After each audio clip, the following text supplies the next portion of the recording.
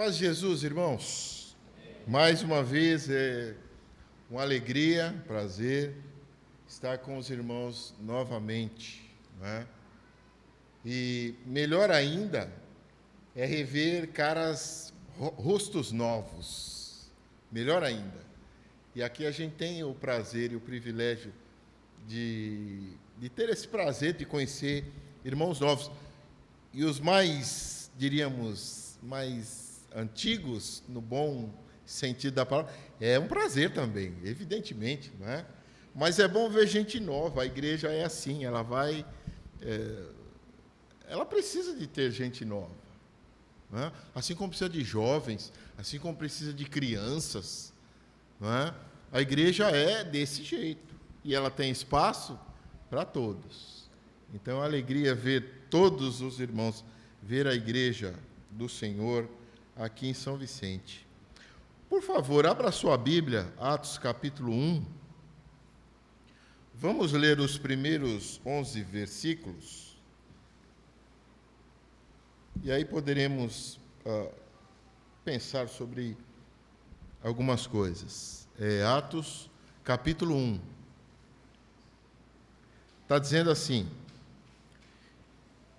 escrevi o primeiro livro ao Teófilo, relatando todas as coisas que Jesus começou a fazer e a ensinar, até o dia em que, depois de haver dado o mandamento por intermédio do Espírito Santo aos apóstolos que escolhera, foi elevado às alturas. A estes também, depois de ter padecido, se apresentou vivo, com muitas provas incontestáveis, aparecendo-lhes durante 40 dias e falando das coisas concernentes ao reino de Deus. E comendo com eles, determinou-lhes que não se ausentassem de Jerusalém, mas que esperassem a promessa do Pai, a qual disse ele: de mim ouvistes. Porque João, na verdade, batizou com água, mas vós sereis batizados com Espírito Santo, não muito depois destes dias. Então, os que estavam reunidos lhe perguntaram: Senhor, será este o tempo em que restaures o reino a Israel? Respondeu-lhes: não vos compete conhecer tempos ou épocas que o Pai reservou para sua exclusiva autoridade. Mas recebereis poder ao descer sobre vós o Espírito Santo, e sereis minhas testemunhas, tanto em Jerusalém, como em toda a Judéia e Samaria, e até aos confins da terra. Ditas essas palavras, foi Jesus elevado às alturas, à vista deles, em uma nuvem, e uma nuvem o encobriu os seus olhos. Estando eles com os olhos fitos no céu, enquanto Jesus subia, eis que 2 varões, vestidos de branco, se puseram ao lado deles e lhes disseram: varões galileus, por que estáis olhando para as alturas? Esse Jesus, que dentre vós foi assunto ao céu, virá de modo como vistes subir. Vamos orar. Deus e Pai, graças te damos, porque reconhecemos que o Senhor é bom, reconhecemos a infinita misericórdia do Senhor, e nós temos que agradecer por tudo que o Senhor Deus tem nos feito. Somente o Senhor é digno de honra e de glória. Muito obrigado mais uma vez por esse momento da palavra do Senhor, que o Senhor fale e que todos nós juntos possamos entender, aprender e colocar em prática. Em nome de Jesus, oramos agradecidos. Amém. Jesus vai dar uma ordem para os seus apóstolos, não? E vai dizer para eles isso que nós acabamos de ler aqui: fiquem em Jerusalém. E foi isso que eles fizeram. Os apóstolos de Jesus ficam em Jerusalém. Mas antes disso, Jesus tinha dado uma grande comissão. Mateus 28, 18 a 20. Jesus tinha dado uma outra ordem. A ordem de evangelização. E qual era essa ordem? Ide por todo o mundo e pregue o evangelho. Essa foi a ordem de Jesus para os seus apóstolos. E nós vemos isso acontecendo já. Atos capítulo 1, eles ficam em Jerusalém e de lá eles vão começar a pregarem o evangelho de Jesus para toda a criatura, para o mundo da época. E é isso que nós vamos ver um pouquinho aqui, né? Nós vamos ver um pouquinho, porque requer muito tempo. Mas vamos ficar aqui, Atos capítulo 1, versículo 8. Jesus vai dizer de novo, vamos ler de novo. Mas recebereis poder ao descer sobre vós o Espírito Santo. E sereis minhas testemunhas, tanto em Jerusalém, como em toda a Judéia, Samaria e até os confins da terra. Esta foi a sequência da fala de Jesus para os seus discípulos, ou melhor, os seus apóstolos. Ele vai dar a sequência. Jerusalém é onde eles estavam. Eles já estavam lá. Jerusalém, Judéia, Samaria e aí Brasil. Chegou até nós o Evangelho. Não é verdade? Nós estamos aqui por causa do Evangelho. Mas olha a sequência, olha o plano de Deus, como que ele era perfeito. E assim se sucedeu. E assim aconteceu.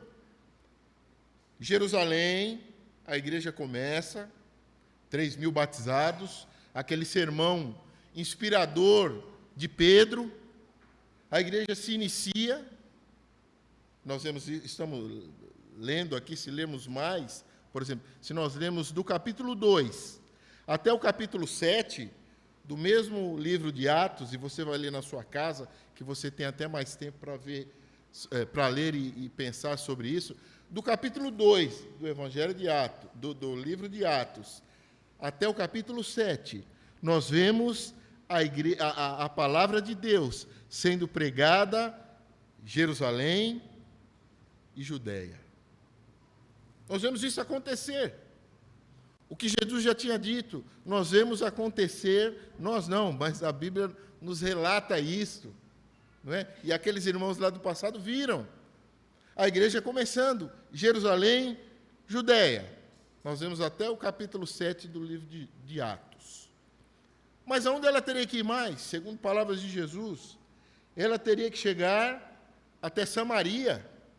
Jerusalém, Judéia, agora Samaria. E ela chega. O Evangelho de Jesus chega. Atos capítulo 8. Nós vemos essa história. A igreja chegando em Samaria. Felipe sendo este mensageiro de Deus. Olha lá que interessante.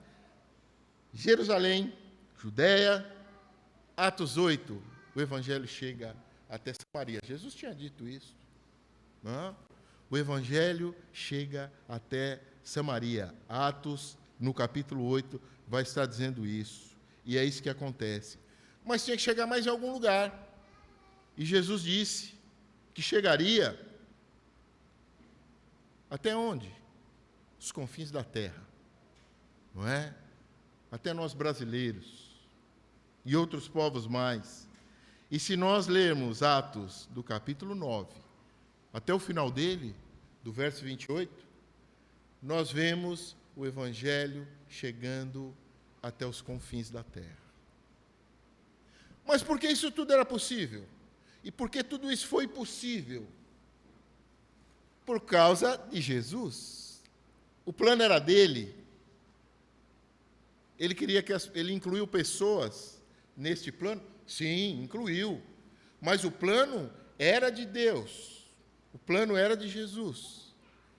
E nós temos o Evangelho tão maravilhoso, chegando ao mundo. Interessante também, irmãos, Paulo vai dizer, imagina, 30 anos depois, daqui de Atos, no capítulo 1, Paulo, 30 anos depois, mais ou menos, depende de onde você busca essa informação, mas olha que coisa interessante que Paulo vai estar dizendo. Colossenses capítulo 1, um pouquinho para frente aí, na sua Bíblia.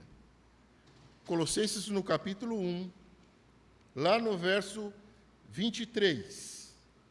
Paulo falando para a igreja de Colossos, Paulo falando para os irmãos colossenses, ele vai dizer isso. Colossenses capítulo 1, versículo 23. Se é que permaneceis na fé, alicerçados e firmes, não vos deixando afastar da esperança do evangelho que ouvistes e que foi pregado a toda a criatura debaixo do céu, do qual eu, Paulo, me tornei ministro. Olha lá, Paulo dizendo 30 anos depois, olha, o evangelho chegou a toda a criatura. É isso que Paulo está dizendo aqui. Toda a criatura que estava debaixo dos céus. Evidentemente, nós temos que pensar que o mundo da época, lá do primeiro século, tinha uma quantidade bem menor de pessoas, não é? Mas o ponto interessante que cumpre o que Jesus está propondo é que o evangelho foi pregado para o mundo, ou para o mundo, lá da época. E se você analisar, 30 anos depois, não é muito tempo, não é muito tempo. Mas nós temos que perceber também que a boa vontade e o compromisso daqueles nossos primeiros irmãos lá eram gigantescos. Gigantescos. Eles tinham compromisso com o Evangelho de Jesus, com uma determinação em pregar Jesus para as pessoas. Eram enormes. E aí o Evangelho chega até os confins. E olha, nós agora, eu e você, nós, todos nós aqui, nós agora somos estes. Nós não somos lá no primeiro século. Nós já estamos no século 21. Mas nós temos esta incumbência agora de continuar levando esse mesmo evangelho para tantas pessoas que ainda precisam. Esse agora é nosso papel, meu e seu. Sabe, não existe um grupo, vamos dizer assim, seleto dentro da igreja que a função é só deles. Não. Pregar o evangelho é função minha e sua. Homem e mulher. Eu sempre digo, eu não conheço os seus amigos de trabalho lá, não conheço. Mas você conhece. Os seus colegas de escola, de faculdade, os seus vizinhos. Eu não conheço seus vizinhos, mas você conhece. Então pense, puxa vida, agora, vamos se dizer assim, o bastão, sabe na corrida de bastão lá, que passa um para o outro, e o time que ganha, o bastão está conosco agora. Ou se você gosta de futebol, a bola está com a gente. Os apóstolos não vão retornar mais. Já fizeram o papel deles. Aqueles primeiros cristãos que tanto pregaram, que tanto sofreram, e muitos morreram por causa do evangelho, já estão com o Pai. Já estão com Deus. Agora o trabalho é nosso agora, é você e eu. Então nós temos que observar, nós temos que nos atentar e pensar que eu sou este evangelista em potencial, ambulante, onde eu estiver, com o meu vizinho, com o meu amigo de trabalho, lá na faculdade, lá na escola, onde quer que for. Quem é o responsável por apresentar Jesus para essas pessoas? É você e eu. Você e eu. Então, que a gente pense sobre isso, sabe, irmãos? Porque o nosso dia a dia, ele acaba muitas vezes, assim, sufocando. O nosso dia a dia é normal. Ele acaba sufocando e a gente trabalha, estuda e faz as coisas, chega à noite e aí está cansado e vai dormir, e aí se torna uma rotina por anos. Por anos. Mas nós temos que pensar de novo e repensar no nosso papel, não só como igreja, mas como discípulos individuais. Assim, na segunda-feira, na terça, na quarta, no domingo é maravilha. Aqui é maravilha, né? Domingo diríamos que é uma festa. Mas o nosso papel amanhã, quando você está lá sozinho. Sozinho não, você não tem outro irmão ao seu lado, não é? Você é a luz para aquele local. Você é o sal que dá sabor para aquela região lá. É você, sou eu. Então, se nós precisamos nos encaixar aqui no plano de Jesus, que ainda está valendo, nós precisamos compartilhar do Evangelho de Jesus com outros. Assim como fizeram conosco. Você está aqui porque alguém te convidou. Alguém estudou a Bíblia com você, não foi? Então, nós precisamos fazer isso com o nosso próximo, isto é, aqueles que estão ao nosso redor. Esse é um papel, é um trabalho. Não é de quem está aqui falando, também é, mas é de todos nós. De todos nós. Ah, mas eu não consigo falar. Mas talvez você consiga convidar. Não consegue? Talvez você consiga. Eu conheço um irmão, ele tinha grande dificuldade com a sua família. E eu sei, é verdade, muitas vezes isso acontece. Com seus pais, com seus familiares. Mas ele conseguiu colocar outros irmãos nesta jornada, e estes irmãos conseguiram pregar para toda a família dele, todos os familiares dele. E todos eles vieram a se converter. Entende? Eu consigo fazer algo. Talvez eu não sei, mas eu não sei muita coisa da Bíblia. Mas você conhece irmãos aqui que podem te ajudar. Você pode falar aquilo que você conhece, aqueles textos que você já sabe, aquela história bíblica que você já conhece. Você pode compartilhar isso com outros. O que eu quero dizer é que nós não podemos ficar parados. Não, isso não é meu trabalho. Pregar o Evangelho não é comigo, é para gente melhor do que eu. Né? Adalto prega melhor do que eu, vai converter pessoas melhores do que eu. Não, eu tenho o meu papel a contribuir nesse processo todo. E a igreja vai crescer. Todos nós aqui, você, eu, todos nós somos importantes para Deus. E, consequentemente, uns para com os outros. Não é? Todos são importantes, todos têm o seu valor e todos têm o seu dom. Todos aqui têm dons. Talvez você possa dizer, não, mas eu não tenho. Não, você tem.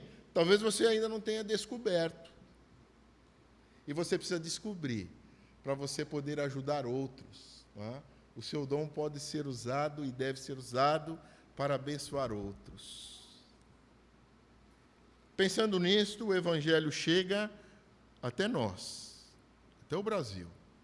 Não é? Que maravilha, que maravilha. Anos atrás a gente fomos em uma viagem para o Mato Grosso. Fomos até Cuiabá, muito quente lá, mais do que aqui. E lá, uma dessas vezes, nós fomos em um devocional, assim, meio que no interior, não é? Meio que no interior, não me lembro mais, talvez 1 hora de Cuiabá, talvez um pouco mais, não me recordo. Mas o que eu lembro, e muito bem, é que a gente se reuniu debaixo de uma árvore.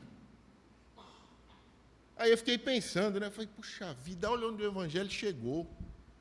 Onde o Evangelho já chegou. E nós lá louvando com outros irmãos, debaixo de uma árvore. Eu nunca tinha participado de uma coisa assim. Mas aquilo eu nunca mais esqueci. Nunca mais esqueci daquele momento. E olha o poder do Evangelho. Ele vai chegando e vai modificando pessoas e começa a modificar sociedades, famílias, sociedades. E é isso. É o Evangelho de Jesus. É o poder para salvar todas as pessoas. Paulo vai dizer isso. É o poder de Deus para salvar a humanidade. Mas eu quero dar aqui alguns exemplos incentivadores para nós. Eu sei que a igreja aqui ela tem esse propósito. É uma igreja que evangeliza, uma igreja com visão de missões, de ajudar outros locais. Eu sei disso. Aqui tem isso. Está lá no DNA, né? Está misturado dentro da igreja aqui. Isso é importantíssimo. Isso é bom demais. Eu sei do plano para o evangelho chegar no litoral sul todo, não é? Isso é maravilhoso. Temos que ter esses planos. E temos que continuar. Talvez um pouco distante, talvez não. É Deus quem cuida. Nós só temos que estar à disposição. Estou à disposição. Quero ir. Eu vou. Não é? Continue tendo isto. E eu quero dar aqui alguns exemplos práticos, agora, da nossa época, do nosso momento. O relógio é meu inimigo, viu? De coisas que estão acontecendo no mundo. Missões que estão acontecendo ao redor do mundo, e a Igreja de Cristo tem ajudado, tem patrocinado até esse tipo de missões. E são dados, assim, relativamente novos. Até falei com o irmão a semana passada, uns 15 dias talvez, não é? Ele cuida de missões lá na igreja dele, lá no estado de Arkansas. E aí eu perguntei para ele, me deixa a par do que está acontecendo pelo mundo. Eu quero saber sobre isso, sobre evangelismo, sobre evangelização. E ele me deu uma série de exemplos dos quais eu nem sabia. Né? Onde o evangelho já chegou. Por exemplo, Cuba. Aí você pensa, não, mas Cuba não, lá é comunista, um país comunista. Lá o evangelho não pode. Por que não pode? Claro que pode, e deve, e está acontecendo.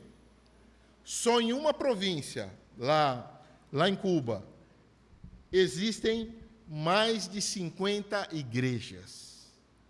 Para sua surpresa e para a minha também. Mais de 50 igrejas de Cristo, de Jesus, a igreja de Jesus, só em uma província, em Cuba. E lá, se eu não me engano, tem 14 ou 15 províncias, né? Só em uma delas. Mais de 50 igrejas. Isso não anima? Lógico que nos anima. Mas também, por outro lado, nos envergonha. Poxa, como é que lá que não pode, é proibido, tem um monte de igrejas, e nós aqui, que temos total liberdade para pregar o Evangelho de Jesus. O que nós estamos fazendo? Eu digo isso para mim. Foi para mim primeiro que eu pensei. Não foi para ninguém. Foi para mim. Não é? Palavras animadoras. Mais de 50 igrejas em Cuba. Mais de 700 irmãos. Que é uma outra notícia boa que eu tenho também, e que nós precisamos... É porque são muitas notícias boas, viu? Não vou falar tudo hoje não, porque o meu tempo está até esgotando. Uma atual, que nós estamos vendo, infelizmente, a guerra da Ucrânia. Não estamos vendo a guerra da Ucrânia? Lá. Existe uma cidade lá chamada Mariupol. Talvez vocês ouviram nos noticiários que cobrem essa guerra. Uma cidade chamada Mariupol, divisa com a Rússia. Tínhamos a igreja lá, mais de 30 irmãos. E essa cidade foi destruída pelos bombardeios russos. Mas durante 50 dias, os irmãos lá orando, pedindo a Deus para que Deus os guardasse. E foi isso que aconteceu.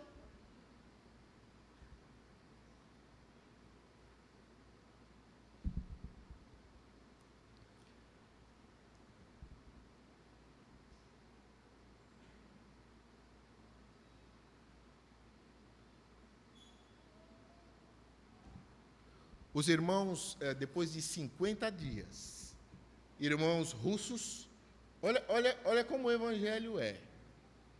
Irmãos russos,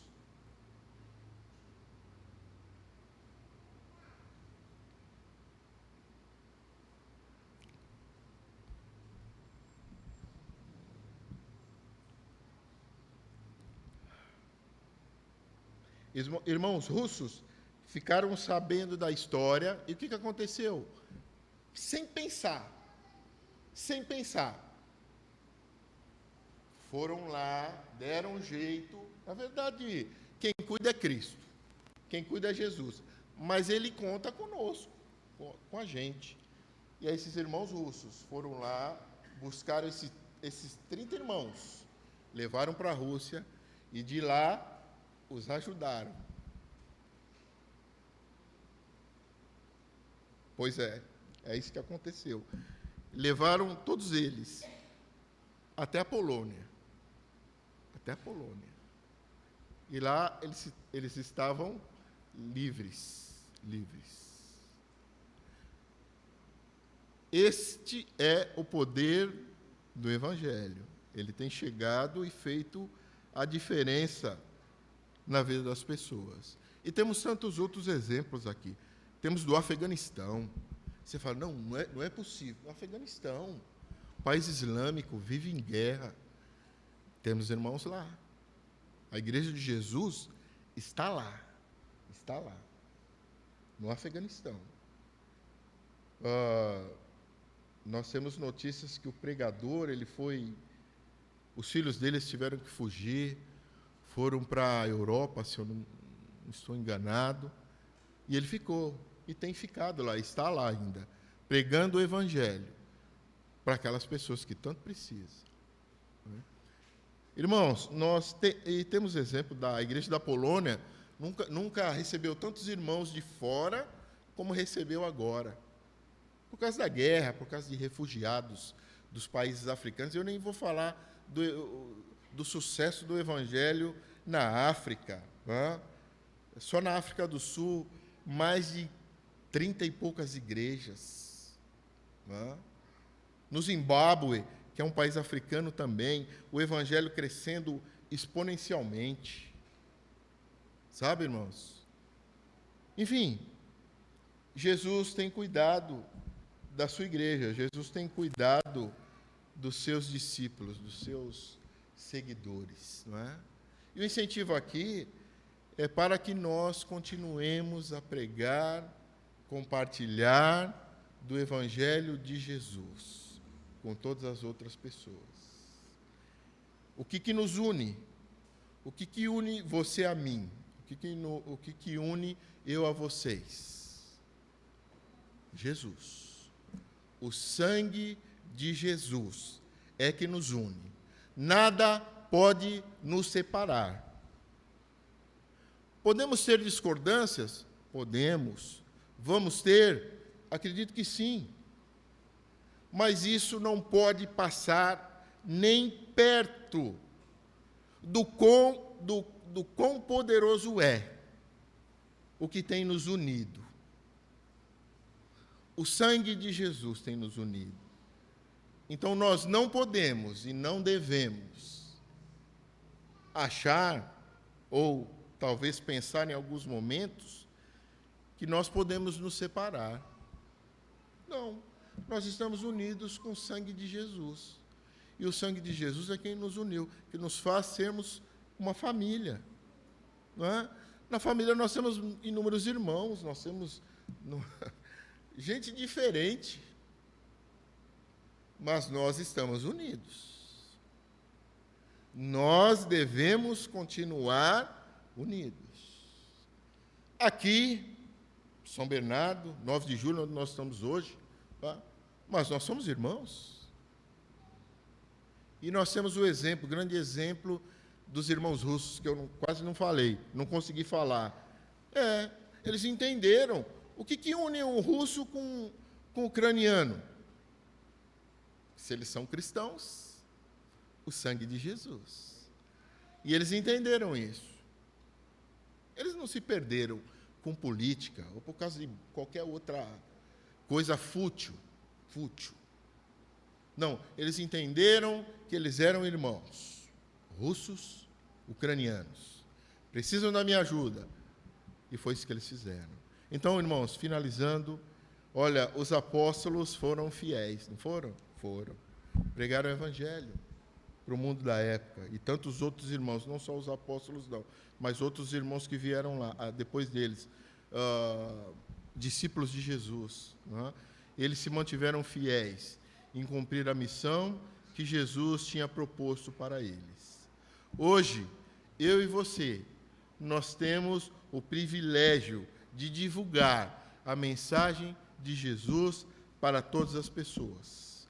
Que nós sejamos fiéis e dedicados neste trabalho de propagação do Evangelho de Jesus. Que Deus seja louvado.